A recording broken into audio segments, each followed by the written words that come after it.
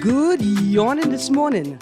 Welcome back to Guardian Radio 96.9 FM. It is Monday, the 30th of May, 2022, and you are on the clock with Erin Greene. On the clock, we engage organizations, institutions, social and cultural leaders, and ordinary people to better understand the impact of public policy, private sector development, and emerging social and consumer trends. On the clock, we have conversations that help us understand and navigate a rapidly changing Bahamas. It is Monday, the 30th of May, 2022, and welcome to another episode of The Bahamas, where we discuss all the interesting and fascinating and mind-blowing things that have taken place in the archipelago over the last few days. Joining me in studio this morning are Tate Adley and Matt Aubrey from Organization for Responsible Government, and they're bringing into studio with them their new project, I call it Access Parliament. And Access Parliament is an online space that helps us stay connected to the proceedings in the House of Assembly. And this morning we're going to be talking a bit about the budget communication. So for my audience this morning that wants to join the conversation, I have a couple of questions for you. What do you think so far? I know the government has posted a beautiful digital pamphlet of the tax changes to duty on a large number of items. Another question, what is your line item? If you were Prime Minister, Minister of Finance for the day, and you had the final word on the budget, what is your line item? What do you think should be prioritized in this year's budget? And I guess the most important question, how are we going to pay for everything in that little red box? I can't believe that allbury is still illegal in the Bahamas, not because we are African descent, black majority country, but because that box, it's tiny, but there's billions and billions and billions of dollars of ideas be sitting in there. And I just wonder, how are we going to pay for it all?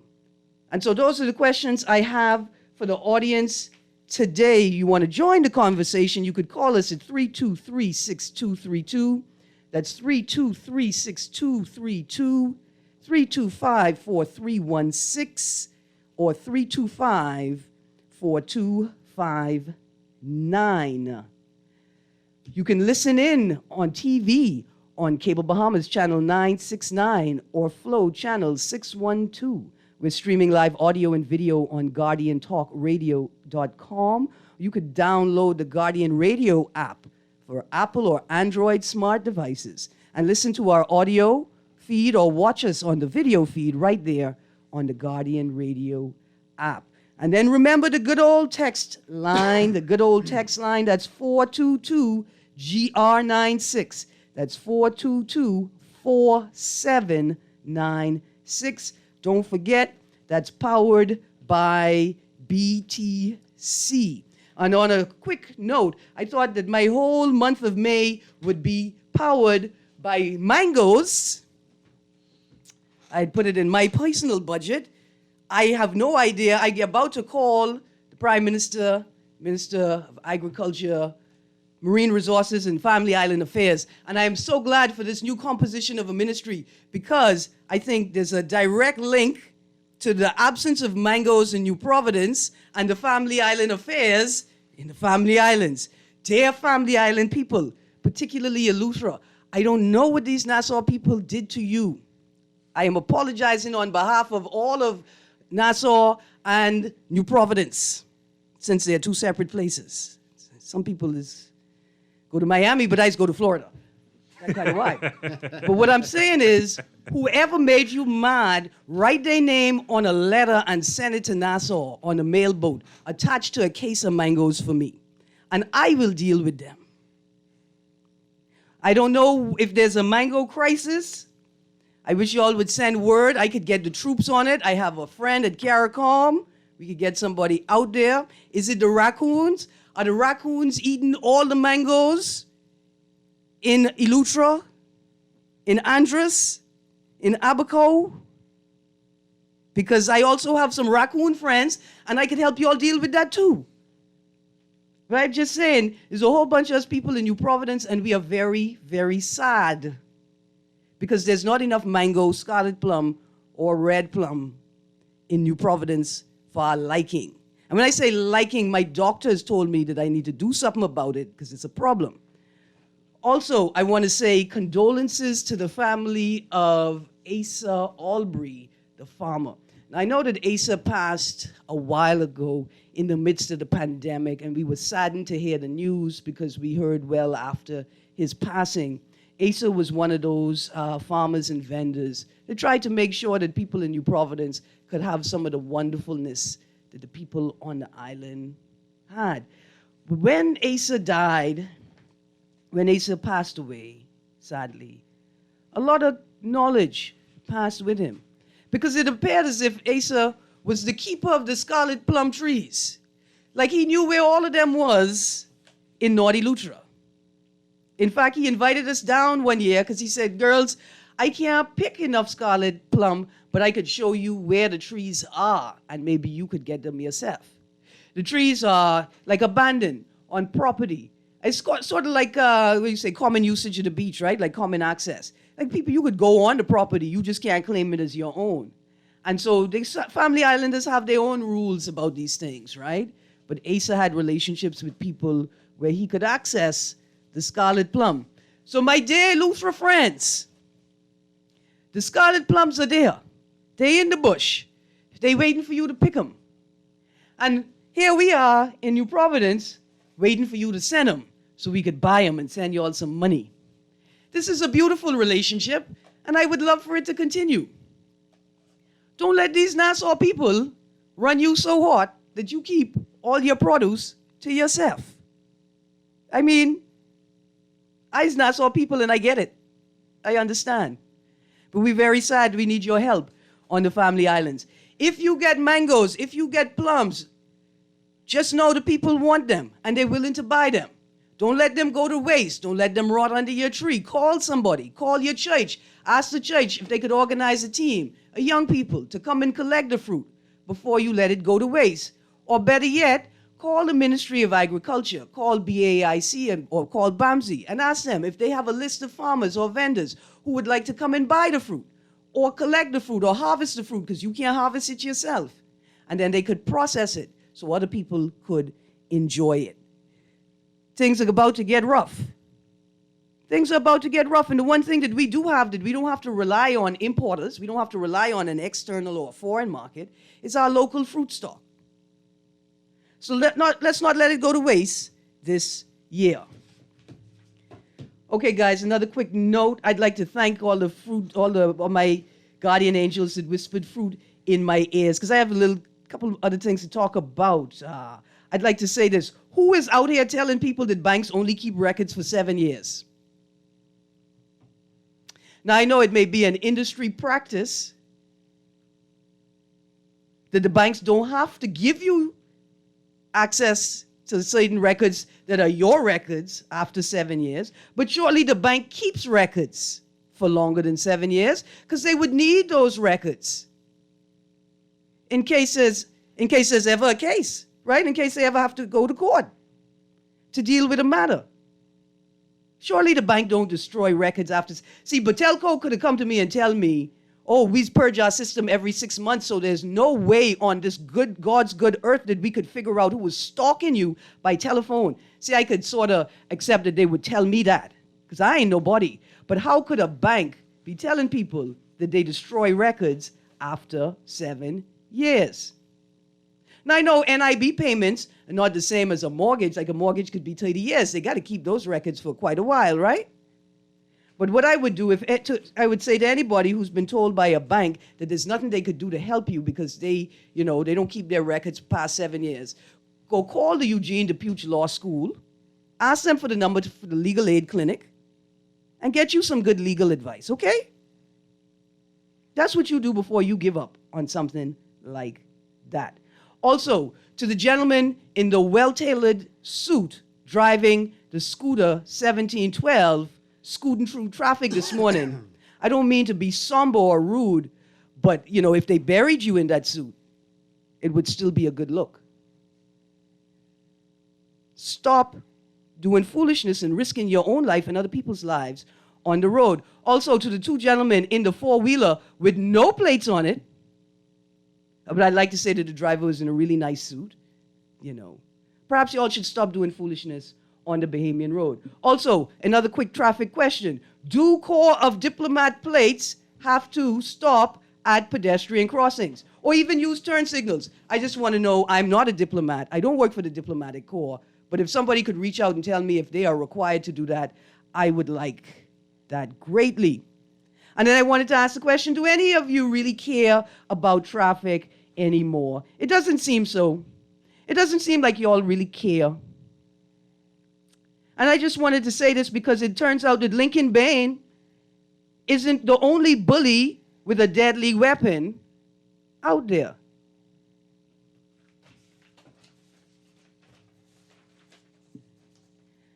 Dear Lincoln Bain, there's a headline from Eyewitness News this weekend. It reads, "Don't come back. Police investigating video of Lincoln Bain firing shots in defense of Crown land." Well, let's start right there. Lincoln Bain, you think the Queen needs you to defend her land for her? She have the whole Bahamas Defense Force, the whole Royal Bahamas Police Force. She have the whole United States of America military complex and the forces of all of the members of the Commonwealth at her disposal. You think she needs you to go run out in the bush with guns to defend Crown land? But you know who needs defending? The unhoused. They need defending with real affordable and safe housing options. Because I can't believe that a Christian nation would suggest that you could go to jail for not having some place to live. You know who else needs defending? The hungry. With real sustainable and accessible food sustainability projects.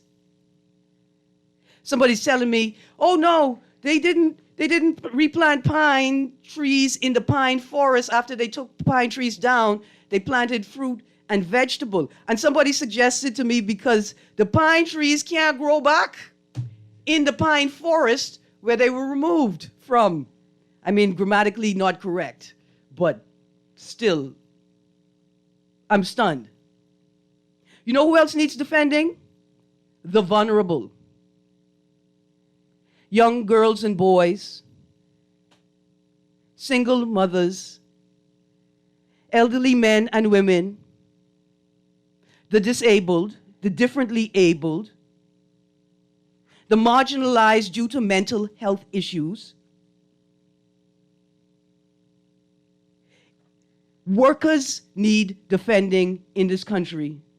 Not your ego, Mr. Bain. See, this type of violence doesn't stop. The cycle never ends. So it's up to us to end it before it begins. And it's important for all right-thinking and sensible people to tell Lincoln Bain and anybody with that mindset that that is not the type of social justice movement that we want in our country. And I think it's fair to say that we call upon the police to ensure that the gentleman cannot use his gun again by revoking his license. And that's the power that you have. That's the power that you have. Anyway, it's time for people to start standing up. For real. It's time for people to start standing up and defending the vulnerable in this country.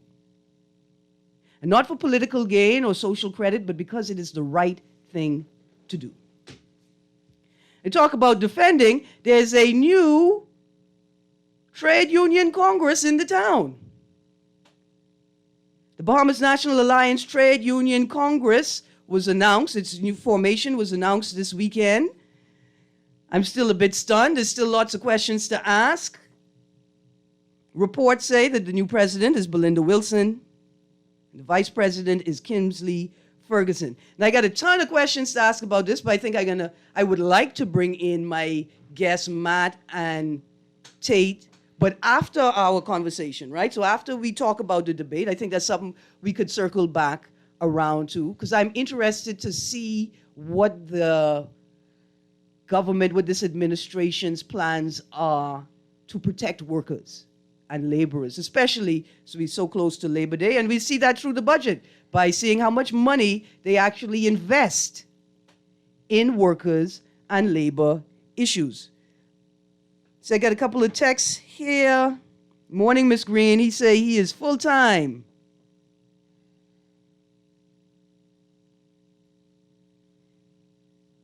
By faxing. Text, I need you to resend me that text.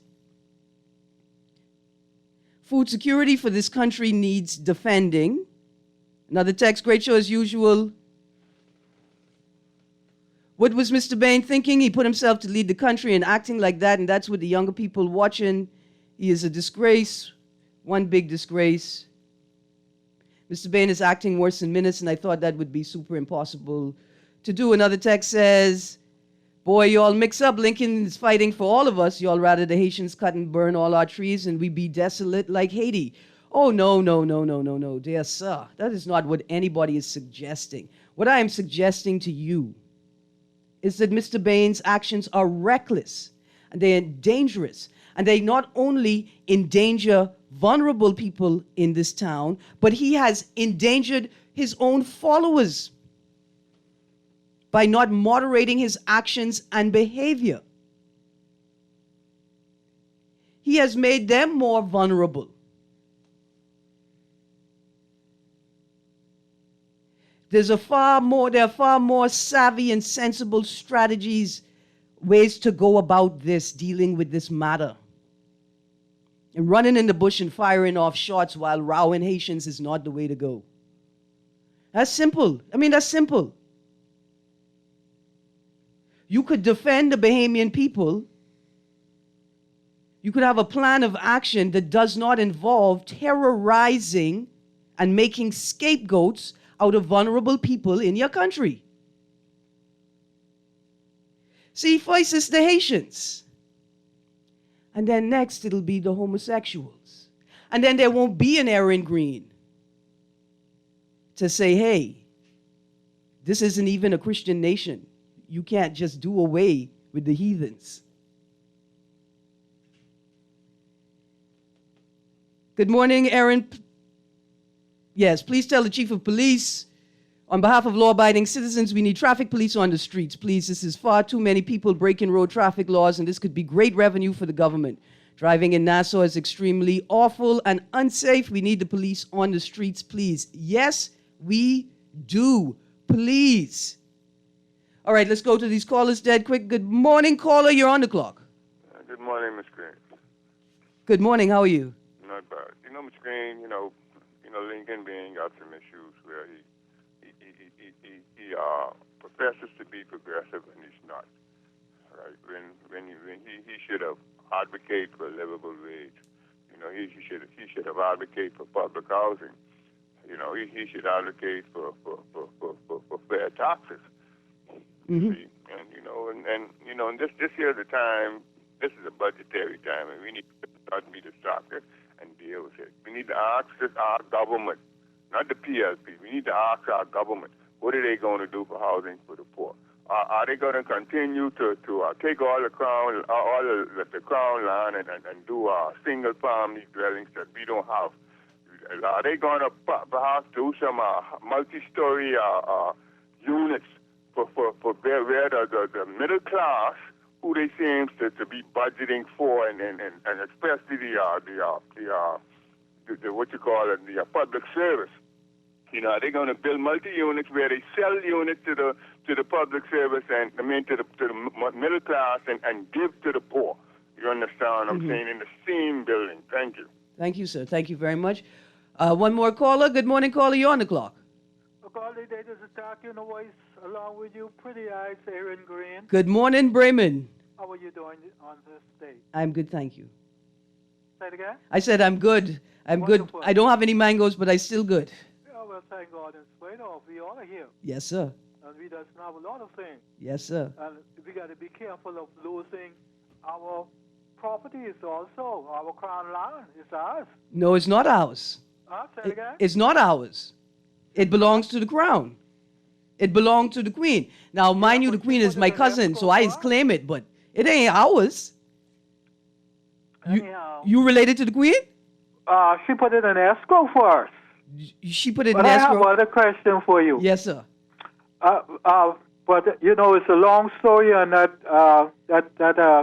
Crown land. We got to get into that one other day. Yeah. But what I want to say is, right, Mm-hmm. this situation with Melinda Wilson. The New Union?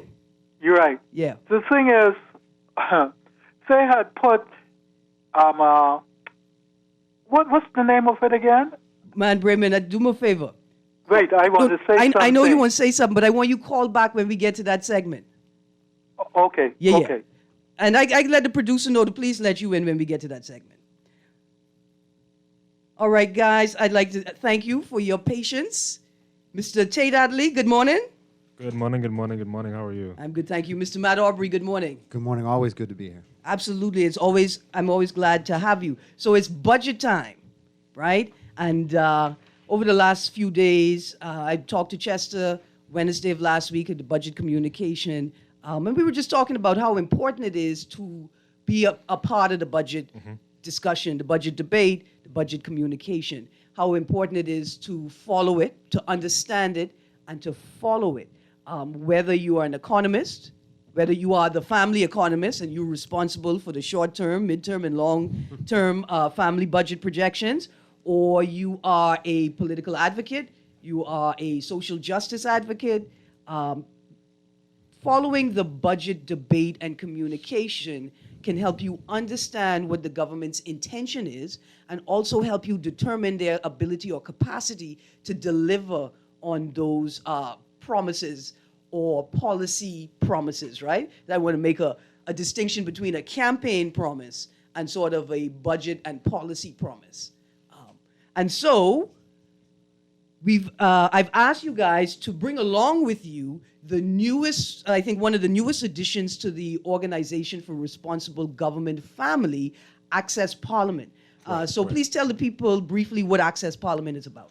Okay, so Access Parliament is pretty much a new initiative that is coming under the Organization for Responsible Governance Citizen Solution Center, right? And that's a center where persons are allowed to be involved in more civic processes. So Access Parliament is one of them. And so we want to make governance in itself more inclusive towards people. And for it to be more inclusive, I think it's important to, first of all, understand what's going on. And so Access Parliament basically helps people what's going on in Parliament. And what's happening now is one of the most important times in the year in regards to parliamentary democracy, and that is the budget. And that is deciding what are the government's policy options or policy initiatives for the fiscal year and what amount of money they're allocated towards those policy initiatives. And so because of that, we want people to have the ability to understand, have the ability to tune into the conversation so that our budget making can be a bit more participatory and inclusive towards people in the Bahamas. And I guess to use an analogy in the family, their parents invite your children to the budget meetings, right? So that they could understand how it works.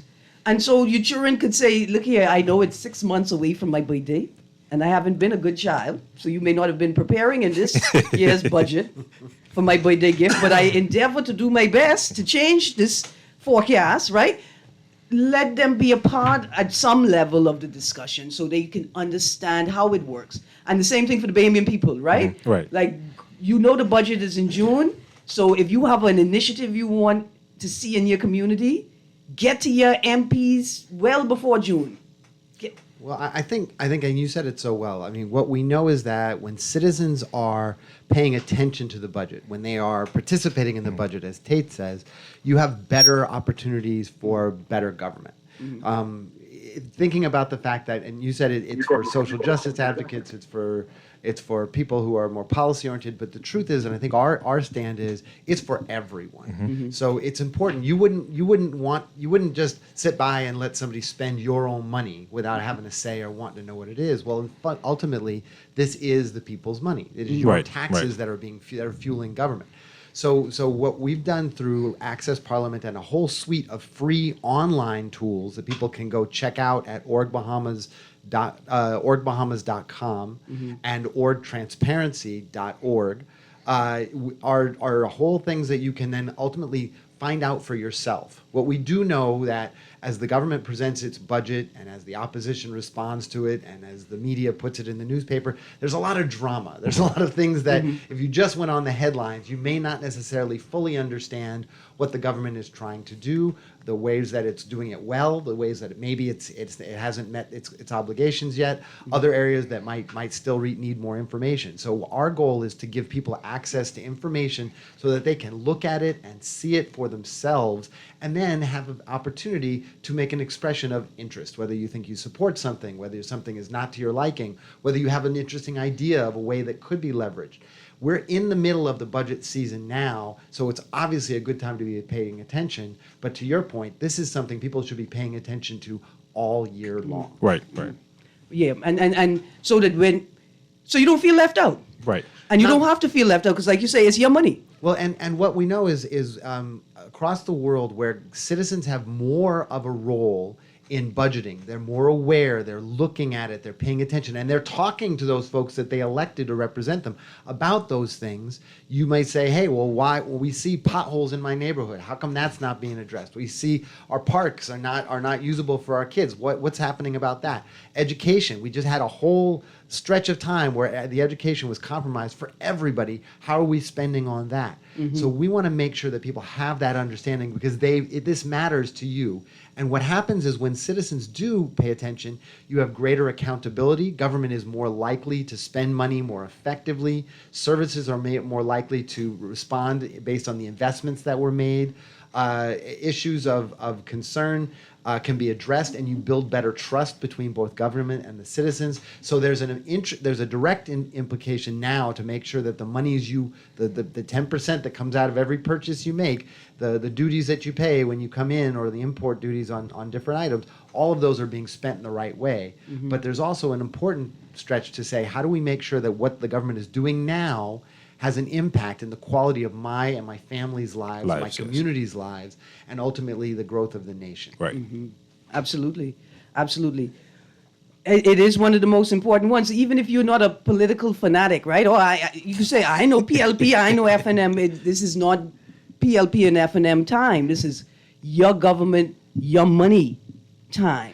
And you can see, we saw the Minister for Education and Technical and Vocational Training talked a lot about the fact that their plan of how they're pushing their money in the education side is looking at how do we counter what just came out of COVID, where so many people lost. So now's a chance to say, okay, we heard what she said. Let's look at how those monies are spent. What's the plan underneath that's really going to make sure that this happens so that our kids can regain some of the opportunities they may have lost over the past couple of years? So all of these things have really specific applications. We just need to look and understand them. Yeah, so I want to add to what you just said about, the political fanatics, right? Yeah. And I think it goes back to the original goal of Access Parliament and this idea of the social contract, right? Yeah. And so we pay taxes every day. We pay VAT every day on everything that we buy. And that itself is an adherence to and an involvement in what we call the social contract or this idea of society. And this budget is meant to be for all of us, not just PLPs. And, I don't want behemoths to go into their silos and not support this. And so when I say supported, I mean supported by getting involved, talking to your MP, and having your say on the budget and using your voice to say, hey, these are my concerns. I had problems with finding housing. I had problems with education of my children. Now, what are you doing to solve those issues? And so for behemoths listening out there, this is a chance to get involved and get informed. And that's one of the taglines of org itself, right? And so you want behemoths to have the ability to have their say. And to first have their say, it's most important to understand what's happening. Yeah. Absolutely.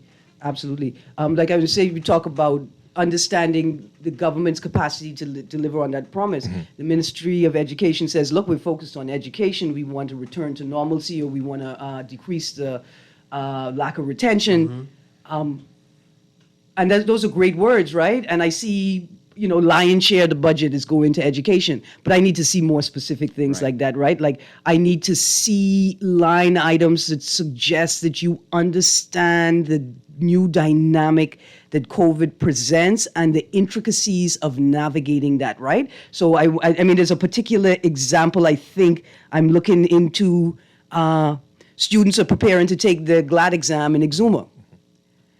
Find out that the bus is not coming because there's no gas in it. What? The worst time. Why would you do that to a student before an exam like GLAD with so much pressure on them? Ensure that there's a contingency plan, right? I want to see a line item for transportation contingency, right? The caller used the term, I think somebody used the term escrow, right? Like that there's a fund that the government handles that goes direct to the fuel supplier so that we ensure that no matter what happens, the children could get to school to take the exam. And that's so critical to not only see that it's the money is allocated in the budget, which is fundamentally a plan for the year, but then being aware to be able to follow up on those items. Because I think that's the other thing we see is that I actually think what a lot of the government has put in their plan is pretty interesting. There's some very positive areas. But what we know is historically this administration is no different than any others because it's still working with the same driving civil service. It's still working with the same challenges, the obstacles, the risk of natural disasters that start from this week going into November.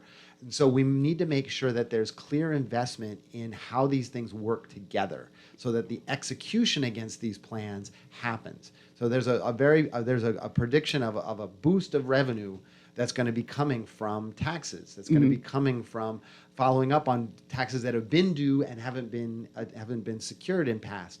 Well, we know that there's a challenge of compliance out there. How do we know that we're going to be able to address that? First off, it helps if everybody knows the plan and how that's going to happen, and how we also understand that by doing that, by reclaiming the revenue, it releases some of the debt burden that holds down our country so that we can actually invest in key new areas like solar and technology and digital assets and youth development and all the things that we want to do.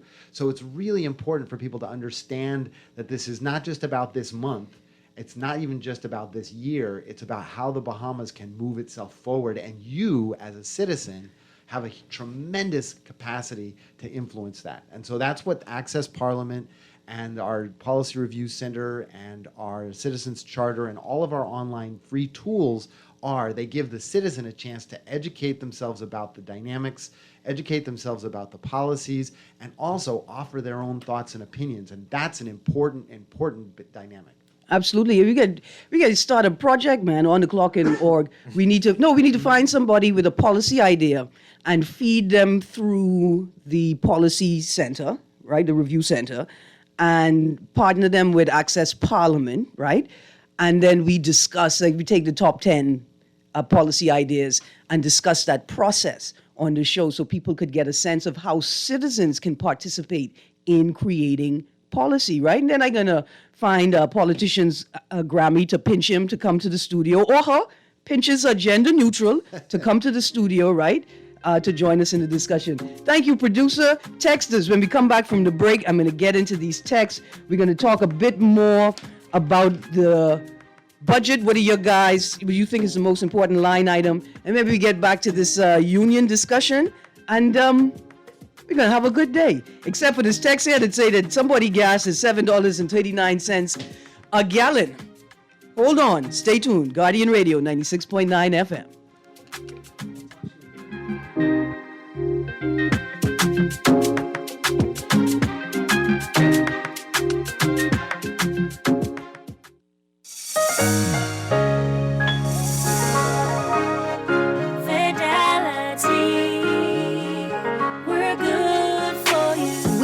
How important collecting your money can be to the success of your business.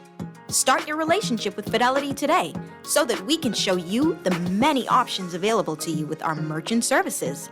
From click and pay options online to merchant terminals and e-commerce options. We're here to help your business succeed. For more details, speak to one of our business development officers at 356-7764 in Nassau or 352-6676 in Freeport. Visit our website at fidelitygroup.com or visit any of our branches.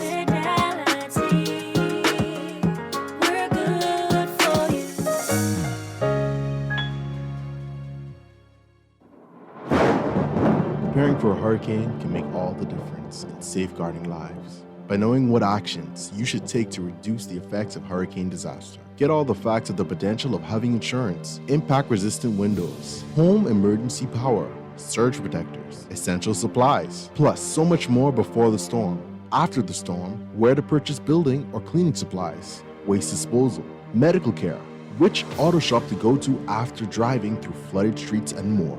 The Nassau Guardian's Hurricane Guide will help to make sure everyone knows what to do in the event a hurricane approaches. Take advantage of this double insertion opportunity, plus 15 radio commercials. Contact us today, 302-2300, or your account executives.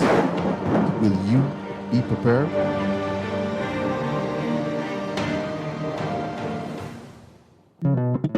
The most important thing in life is family, and whenever you need reliable advice, you look to the people you know you can trust. At J.S. Johnson Insurance Agents and Brokers, we earn our clients' trust every day. Whether it's home, motor, travel, or commercial insurance, we've got you covered. Call 397-2100 or visit jsjohnson.com. JS Johnson Insurance, peace of mind. What's going on, Bahamas? It's your boy, Sawyer Boy. COVID is clearly unpredictable. It doesn't matter how young you are, how old you are. I'm young, and it still put a beating on me. I had no other option but to go to the hospital. I remember the doctor telling me if I had waited one more day, I wasn't gonna come inside here alive. You don't wanna be in the same position that I was in. Vaccines may not stop you from getting COVID, but it can stop you from getting COVID the way I had COVID. You don't want that way. A local paper in Grand Bahama is back every Tuesday as a section of the Nassau Guardian. Available at local stores, gas stations, pharmacies, Western Bakery, and Bellevue Gifts. Daily and, of course, on Tuesdays, too. Want to reach your Grand Bahama audience? Then call Barefoot Marketing at 827-4578 or message them for ad rates via their Facebook page. Advertising opportunities now include classified ads, too. Keep up with all the latest Grand Bahama news in the Guardian newspaper every Tuesday. This is Guardian Radio 96.9 FM, Nassau, Bahamas.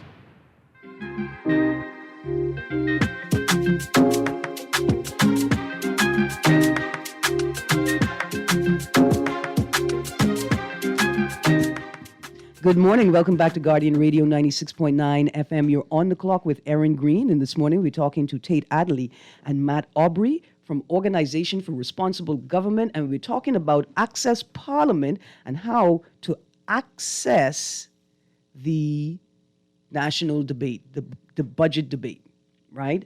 How to access governance through the national budget debate, how to participate in this process as a citizen and stay connected. That's a whole bunch of fancy words.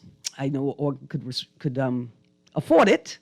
But what they're doing is helping break down the big fancy processes, right? They're trying to break down that space that can be very complicated and help you navigate it and understand it. And then with conversations like these, to help you understand how you can use Access Parliament and the budget debate to better understand governance and better understand what's going to be happening over the next year, over the next 2 years. I think that's what we see as such a key opportunity within this is we know that there are a lot of smart, talented, capable folks that are out there, but there's not as much information. Finding information is not as easy. Finding finding spaces, particularly in such a partisan space. So we wanted to find independent and objective ways and create tools. And even in our own self, we didn't necessarily want to put forward, well, here's the org idea, follow us. What we wanted to do is create a space where those people who are like-minded could go forward, look at the information. So if you go online and you look on Facebook and you follow Access Parliament, every time that the House of Assembly is going to and the Senate are going to be speaking, you will know not only when they're going to be speaking, who's going to be speaking, some of the topics that are scheduled to be spoken for, but you'll be able to get a link where you can actually watch. So you elected somebody in your your constituency. It will tell you when that person will speak, so you can now watch what do they say, and does that represent why you put them in? Oh, no, and this is very, very important here, people. This is very, very important because in this paradigm of this political culture where politicians have convinced us that we wait for them versus them waiting for us, right? Like it's your job to figure out when I'm going to be representing you and speaking to your needs. Because I tell you what, if I have to sit down and watch ZNS all day, I just have flashbacks from when I was 5 and 7 and it was just black and white and static all the time.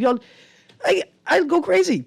I don't have 12 hours. I don't have 8 hours to sit down and wait to see when my MP comes up or wait to see when that subject matter is being discussed. But a schedule makes it easier. And I could even say to my boss, look here, boss, is it possible for me to take lunch at 10:30 to 11:30 so I could catch this debate and I can sit and eat lunch in my car and not disturb my coworkers, you know?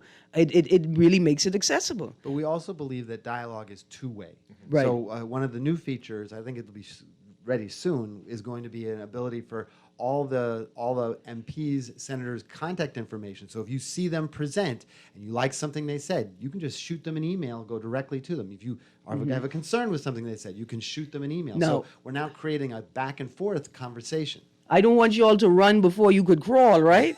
But are you going to create a space for MPs to submit, right? So a space for MPs to say, hey, I know that people are concerned about this. These are some of the ideas we're thinking about. What do you think? Well, again, we don't want to be the place that you have to come to get your information. The hope would be that you facilitate direct person-to-person communications.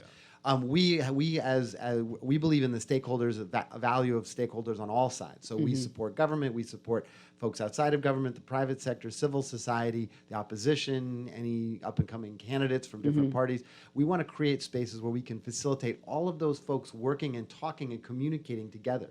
It doesn't have to have a go-between. We're trying to set up some scenarios so that people learn, both the government and the citizens, how to most effectively and rationally communicate back and forth on issues that will matter and make substantial change. Look here, you could imagine if all those MPs had access to Access Parliament before they forgot they had to disclose. I bet you that wouldn't. Anyway, that was Let me go to the text, eh? Boy. Oh, wow. Their texter. I can't read that one. Ms. Greene, while I don't agree with Lincoln's tactics, in reality, the pine forest cannot protect itself. Why the authorities just didn't deal with this matter for decades? I am of the conclusion that someone in government is working in conjunction with the Haitians to monetize our pine forests. Stop the chatter, address this problem. A nation of cowards won't do. So can I make a point on Lincoln Bain if I can? You can. So Lincoln Bain, his whole shtick is interesting, right? And I said this on my Saturday show, and I said, whereas I think that some of his followers or some of his concerns, the people are disgruntled, I'll say that, right? Yeah. Their concerns are valid. The people want and need a savior. Yeah. Now, need is another thing for me. But they want one. And savior is a broad term. Yes. Okay. Yeah. I'll say that. Yeah. And so I think for people, and I think this goes back to also to the last election, is that people are tired of the system as it is now, right? And I think that this is one of the places where Access Parliament itself can come in, and people want a voice. People want to be involved. And I think it was last year, I think it was more than 600 persons that actually had signed up to take part in the election. And so that shows that there is a growing want for people to get involved and a growing want for people to have a say in their civic processes. And I would say that Access Parliament is the place for that. And as we are now in an information phase, whereas we are helping people understand what's happening, I think we could help with that, right? And help people to understand how can they get there, and to understand and break down the lingo and the procedures for them to get them involved in what's happening. Yeah. Yeah, absolutely. And so when I would suggest to listeners that this strategy is poor, it's wanting, it's reckless, there are better ways to engage this problem that do not involve violence. And so what I'm saying is the people, they need a savior. Yeah. And even if it's just to save them from themselves, they need somebody that can help them. But I think that means that we've now advocated our ability to have an impact. And unfortunately, I think that's what people feel. And as Tate said, that's kind of some people's reality. What we need to do, and this is where org really focuses on the long term, is great leaders will come and go. You'll have great ones, you'll have ones that are faulty, you have ones that are, a combination of both of those spaces. But the reality is systems are what are going to drive things. So we need to push for systems that help us to achieve this, so that when we do identify leaders, they can work within a system that is going to meet your needs. So when we put all of our hopes on one person, or one party or one group and say it's all going to happen because this group is in place, it discounts the fact that our systems still need a lot of work. And so creating systems for citizens to get involved, to not only be aware of what information is out there and what's going on and what's being done in their name, but also to be able to not only to get informed in that, but to get involved by being able to use your voice, use your mind, use the experience you have. By living in our country, in our communities, in your neighborhood, you have a unique perspective that no one sitting up high really can generate without your input. We need you to express yourself. We need to find ways to let you express yourself that are safe and meaningful.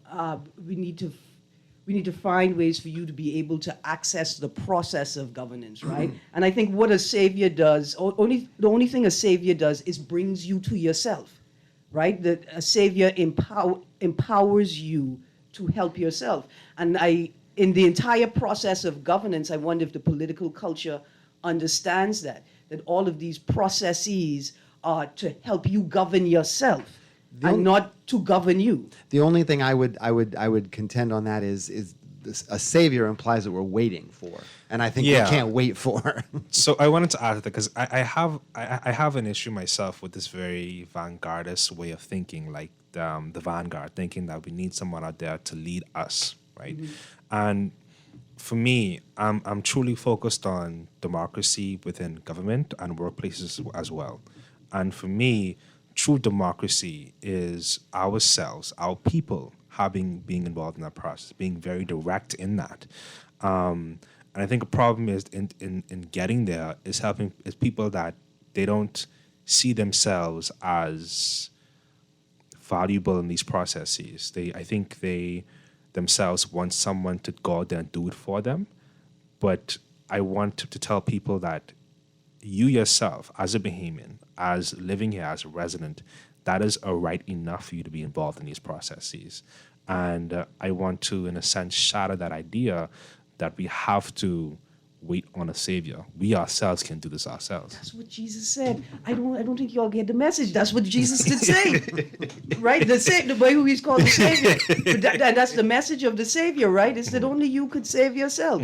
And so its only purpose is to bring you back to yourself. And I think government needs to understand that your only purpose is to help people govern themselves. But it's a conversation that requires lots of different voices. We need government to be in place and speak about the fact that there need to be clear systems and that there needs to be accountability, all of those things. But we also need civil society talking about make sure that our most vulnerable are taken care of, make sure that our world doesn't get wasted. We didn't get to our union discussion, right? But the unions, but they're tripartite construct, Anyway, their construct is government and business and with the workers, right? And they leave civil society right out of that.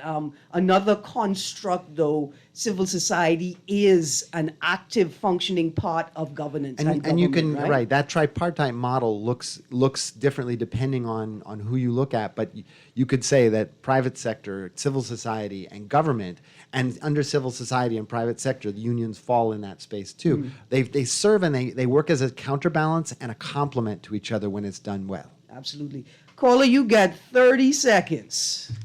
I like to say that, the unions are good, but when the poor is not unionized, it's an issue. You know, our government, they cater to them. They give them, they exempt them from taxes. They give them pay raise and with increments and things. You know, when are the poor going to be unionized? There's no union in this country for the poor. The poor are a thing of the masses, especially the poor, which could bring a party to government or take them out of power. And it's time the poor be represented. You see what I'm saying? Absolutely. Absolutely. You know, ain't nobody interested in representing the vulnerable among us. The students, young people, the children, they need a union too. Dead bad. Okay, gentlemen, let me run through these texts dead quick. That's a new system. Guardian has a new system to let me know when I'm almost out of time. It's a squeak. Yeah. All right. Another text says, Lincoln Baines' situation reminds me of the saying, hurt people hurt people. Good morning. Can you please tell me why was coconut trees planted at the curve of the Eastern Road Beach and Yamacraw Road where people go park and relax? Yeah, because coconuts fall on your car when you park under them, hey. No beach property and very little picnic areas are available to us now in Nassau. I'm going to look for that line item. I can be honest with y'all. Y'all need to go look for that line item. Negotiations for beach access for Bahamians. Beach access for Bahamians. Go look for anything to do with that. And if you don't see it, then you know that nobody intends for us to access the beach and it's disappearing. And imagine that somebody turned Liberated African Way into Beach Drive and then want to put up gates and deny access to the beach. Imagine that the MP for the area had to go rent out a property to have access to the beach for an Easter picnic. Thank you, producer. Text says Crown land is owned by the Bahamas government. Any sale or lease of Crown land, the proceeds go into the public treasury. Please check it out. Y'all don't, it's called Crown land. The government is a representative of the Queen. They swear to her, not to us. The answer lies in the question. And again, Ms. Greene, Shell gas is $7.39 a gallon, a new day. I have not seen that myself. But if it is, I would make a beeline to our fuel importers and ask them, how is it that you're making record profits? You're making buku money in this season, but gas is still going up and nearing $8. That's a question that I would ask all day, every day. I mean, if my power stays on, that is. At a dark weekend, you guys have a bright, bright day. Thank you, Matt. Thank you, Tate. Thank you, producer. Stay tuned. Guardian Radio AM is up next. Stay tuned to Guardian Radio.